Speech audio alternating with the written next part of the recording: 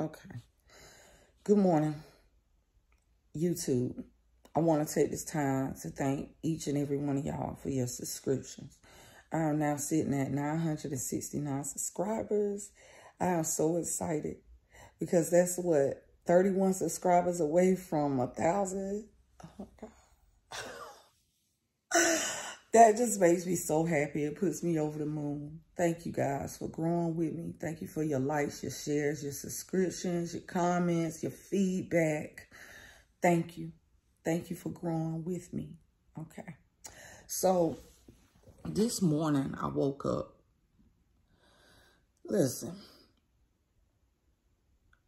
we're all fighting for our lives and our souls here on planet Earth. From the moment you were born till you take your last breath. Listen.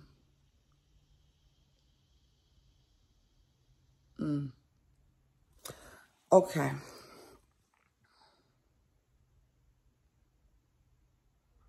Sometimes you ain't got to do a fucking thing to nobody for people to just dislike you. Sometimes you just born with a glow. Sometimes you was born with shit nobody can teach. Sometimes you was just born with it. And when they see you, they despise what they lack. When they look at you, they see what they lack. You understand? Some people come into this world born into an inheritance. You know, it could be monetary, anything. And you might have some adults that know that. Perfect example, Lion King and Uncle Scar being mad at Simba for being born. You know, poor little Simba. He just came in this world like, what? I'm here. You know what I'm saying? But that was his divine right to be the king, right? But Scar didn't like that shit. So Scar spent damn near... Anyway, he spent his time trying to come up with a plan to take Simba out. That's just an example, okay? Sometimes when you're born, you the next in line to receive an inheritance of some sort. And already you got aunties and uncles and brothers and sisters hating on you. Sometimes it be your own parents. It's like they gave birth to something. Sometimes that is greater than themselves. And when they see the child has, when the child has like a certain type of personality, or a child just might be gifted, that incites hate in some people. Sometimes people hate how other people love you. Then sometimes people try to take stabs at your self-esteem. They'll try to highlight your flaws, things like that, because some people, they see your growth, they see where you're going, even when you don't know, and they be hating. And they'll take stabs at your self-esteem. They'll say things, and then you be sitting here wondering, like, why would somebody do that or say that to me? It's because they know you have a destiny. And they ass don't. They juiceless, dry, no action having ass, done already decided they fate years ago because they know they ain't willing to put in the work to be great, hating on you because they ass is bland as fuck and you full of life and full of juice and full of juju, and that's why they hating. So, can we stop haters from existing? Not really. But awareness is really it's truly a gift. You know what I'm saying? When you are aware that there are some people out here in this world that's just going to hate you just because.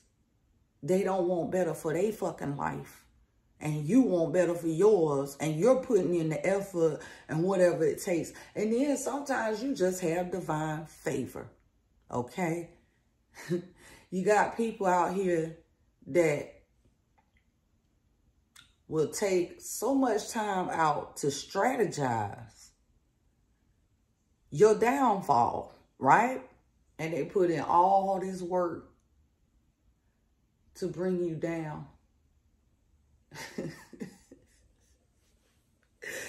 Put in all this work to bring you down, right? And sometimes we become like the character Job in the Bible. Sometimes things happen to us that were meant to destroy us, but in turns, it builds our muscle. It builds our character. It builds us. So the same stumbling stone that was placed, or the couple of stumbling stones that was placed in your way, can now be used as stepping stones. See, it's all in how you view a thing. You know what I'm saying?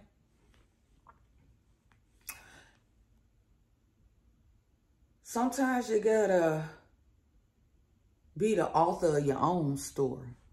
Sometimes you gotta plot twist the narrative. You understand? And every now and then, a hating ass editor wanna come in and twist your story up and shit, right? But see, you gotta remember, you the author, you hold the pen. You understand what I'm saying? This your story. How it's gonna play out in your world. You feel me? I hope y'all understand where I'm coming from. When you go on a job, see, I'm gonna tell you, let me talk from my own personal experience. Okay, I come from my maternal side of family. I come from sharecropping. My grandmother and my grandfather wasn't able to read and write. They didn't know how to read and write. In their eyes, in their time, priority was sharecropping, okay?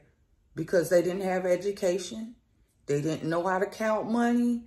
They didn't know how to do anything other than working the land, okay? Living on white folks' property, which they probably took advantage of them. Just work the land, you'll have somewhere to stay type shit. You know? But I said all that to say this. That was my grandmother and grandfather. And they raised their children, okay? And their children were taught to work. Sometimes you got to play dead to get ahead. You know, basically put up and shut up. That's the life that we was taught, okay? So it was all about, like, now, my mother taught me it was important for me to get my education. Education was so important to her, for us, that she even took the time to write me a rap song about education in the 3rd grade. Shout out to Mom Dukes, boy.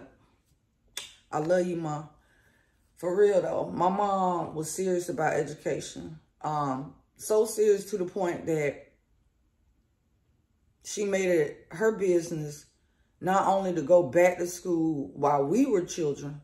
She got her GED, but she didn't stop there. My mom is the first out of 14 children to receive a degree in early childhood education, that is. So education is really a big thing in our family. And of course, that's what I encourage my children to do as well. I have 3 children, and I have 1 graduate. That's my daughter, Erica. She graduated in 2017. So, hope I'm making my mama proud. Hope I make the ancestors proud, because we continuing the education is top priority. But anyway, listen, we've been taught play dead to get ahead. You know, you got to do what you got to do when it comes to this workforce. Basically, put up and shut up, right? So, the boomers and beyond, the workforce, corporate America, corporate coats is what I call them. See, what they don't tell you during the hiring process is that, okay, we give you a job description. This is a job description of the duties that you'll have. But what they don't tell you is the manipulation, the mind manipulation, and things of that nature. They don't tell you how they're out to break your spirit every day.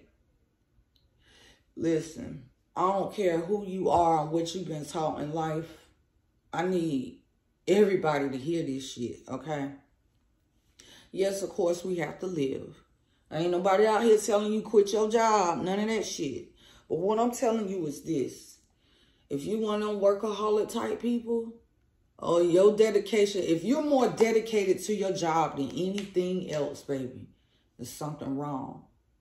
Because the whole function and purpose of a job is to make money to pay the expenses